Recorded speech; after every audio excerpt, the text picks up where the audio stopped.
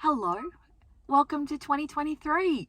I know, I've been busy scratching out 2022 as well and writing the correct number. Happens to me until probably well into February, if I'm honest. You know, I have a theory that Australians don't really wake up the new year until after Australia Day.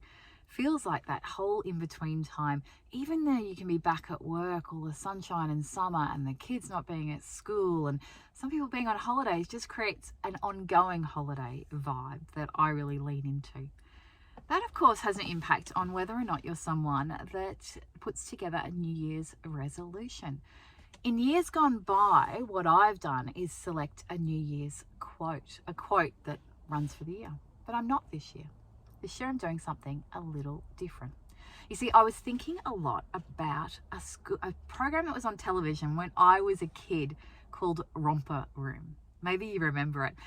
The host would do this thing where they would look into the camera through a mirror that they'd cut out. So it was really a handheld piece of plastic with a hole in the middle. And they'd say things like, "And I see you, Catherine, and I see you, Shane." They never ever said, "I see you, Tricia." I spent ages of my childhood waiting for that lady to see me. But what it made me think about was, instead of waiting for someone else to see me, instead of running around trying to figure out a resolution, perhaps it was a good time of year to look at myself and to think about what I might like to be for 2023. So I've put together a list of things that I would like to be in 2023. I'd like to be laughing more. It means having a bit more fun. I would like to be stronger. So I'm working on factoring in more movement in my life. I've got a bit of a list like that. I'm happy to share it and I'll put it together in an email. But it made me think that if you're someone that is holding off changes in your life for 2023, perhaps a really good start is, what do you want it to be? What do you want your working life to be? How do you want it to be? How do you want to feel?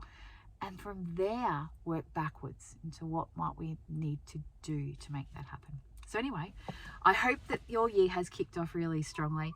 If you're thinking about your career and what it could be, your skills and knowledge and what they could be, well, the team at Churchill's always there to talk with you about that and to give you a list of what your coulds might be for you. Not necessarily your should. You're the only one that can work out what you should do. To work out what you could do with all of that experience. We'll talk to you soon. Bye.